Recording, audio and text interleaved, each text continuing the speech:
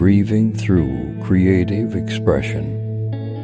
Part 1. Permission to Feel. Disclaimer: I'm not a counselor or a therapist, so I am going to share my personal experience and how I handled it. This may or may not be something that works for you or your loved one working through grief.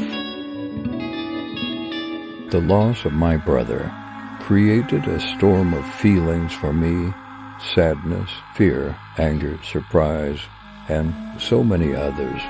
It was a confusing time because many of the feelings seemed to be in contradiction to each other. My first instinct is to shut down, to stuff my feelings into some dark corner and be okay. This is essentially to deny my heart the very thing it craves, what it needs most to feel. I've experienced loss throughout my life and have developed self-preservation habits that unfortunately have not all been the healthiest. My tendency towards denying my feelings stunted my own emotional maturity and growth, leading to a limited ability to respond to, process, and progress into clarity and balanced mental health. The main drawback of this approach when it comes to grief has been the loss of opportunity to experience the true meaning and benefit of grief, which is love. Emotional atrophy, if we deny our heart the ability to feel the beautiful things and even the hard things, then it will become emaciated and like an unused limb atrophy. There are so many of us who have worked hard to protect our hearts from negative feelings because we have had too much pain or because we are afraid of pain, that we inadvertently cause ourselves to not mature emotionally. Denying my feelings stunted my own emotional maturity and growth. Maturity comes through experience.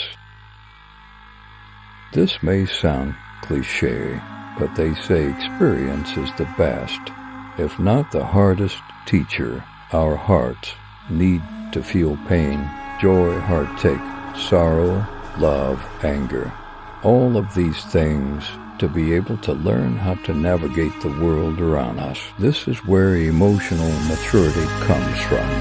The strength and vitality of a courageous heart comes from feeling, and learning from those feelings a limited ability to respond to, process, and progress. We are wired for response, to learn and adapt our processes to new or dangerous stimuli. We are meant for progress.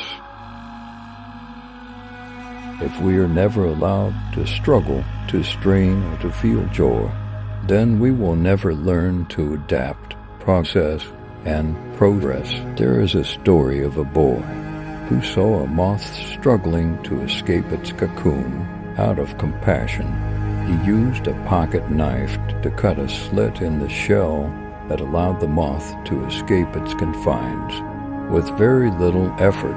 Unbeknownst to the boy, however, was the importance of the struggle. The wings of this particular insect needed the effort and struggle of freeing the cocoon in order to develop the wing structure. Without the struggle, the moth wings never unfurled, and consequently the moth never experienced flight, clarity, and balanced mental health.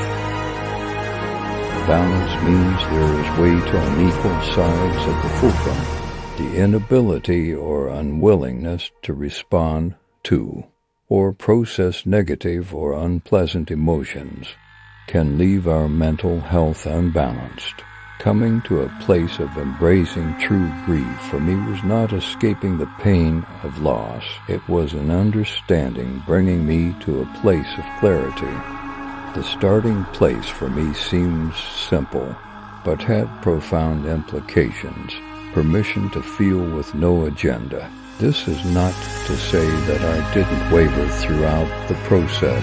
I did. There were times that I had self-doubt and others where I questioned if I was doing it right. Hopefully we will never have enough experience with grief to become expert in our response, but there are times that the grief we feel seems to consume our whole life, and there are always feelings. If we learn how to respond and process, we will progress. For me, that starts with creativity. Part 2. Express your feelings coming soon. Subscribe for notifications on new videos.